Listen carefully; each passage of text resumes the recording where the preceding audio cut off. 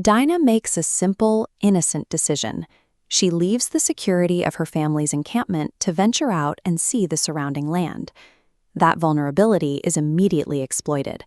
Shechem, a local prince, takes her and violates her.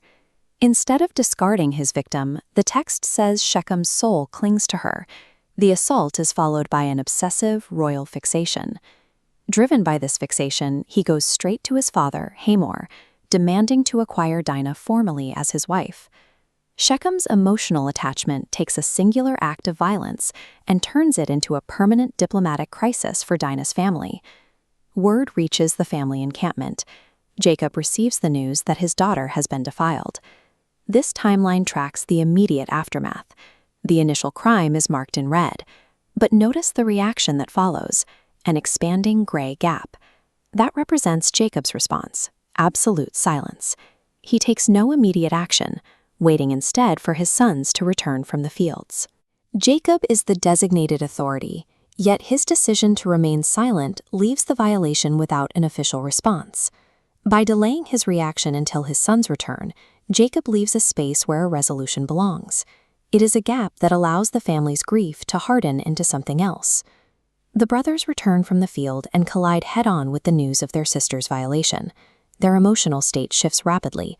The initial shock and grief for their sister instantly turns into absolute blinding fury. Right at that moment, Hamor and Shechem arrive to negotiate, oblivious to the internal state of the brothers. Hamor makes a pragmatic pitch. He offers open borders, trade, and intermarriage to smooth over the crime. Shechem adds his own offer, a blank check. He is willing to pay any bride price or penalty, provided he keeps Dinah. The perpetrators are treating a traumatic violation as a high-stakes business transaction, ignoring the emotional devastation they caused. The brothers realize that, as a small family, they cannot win a direct military confrontation against an entire fortified city. They channel their rage into a plan, speaking with deliberate deceit to set a trap. This flowchart reveals their strategy. The top, visible path offers the merger, on the condition that every male undergoes circumcision. They accept. As the city complies, the population shifts down the hidden path, transitioning from a fortified force into a defenseless target. The city complies. Every male is circumcised, locking the trap into place. The brothers take their physical weakness and invert it. They weaponize their enemy's own greed along with a sacred ritual to disarm them. They wait until the third day, when the men of the city are immobilized by physical pain. Then the rage is released. Two brothers, Simeon and Levi, take up their swords, walking uncontested into the city and slaughtering every male. They execute Hamor and Shechem and physically pull Dinah out of Shechem's house. The remaining brothers then move in, taking the city's wealth, women, and children as spoils.